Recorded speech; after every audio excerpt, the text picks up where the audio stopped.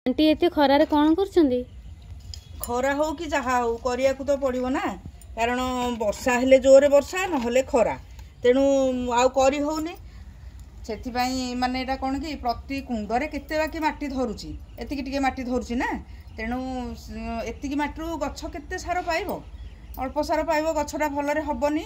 तेणु मासे नहले 15 दिन कि मैक्सिमम 2 मासे, 2 मासरे थरे लेखे माने देखंतु ए जेते सब कुंड अछि सब कुंड गुड़ाक मु खुसई दिए आ ता देहरे सार टिके दिए विभिन्न प्रकार, केतेबेले सोरिष पिड़िया सार, केतेबेले यूरिया सार टिके, केतेबेले गोबर खत, एमती अलगा अलगा करिकरी चेंज करिकरी मु दिए।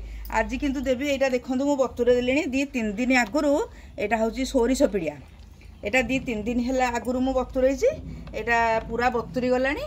तो मु प्रति कुंड मानकरे बड़ कुंडरे गोटे मग आ छोट कुंडरे हाफ मग, सब कुंड मानकरे मु टिके टिके देबी।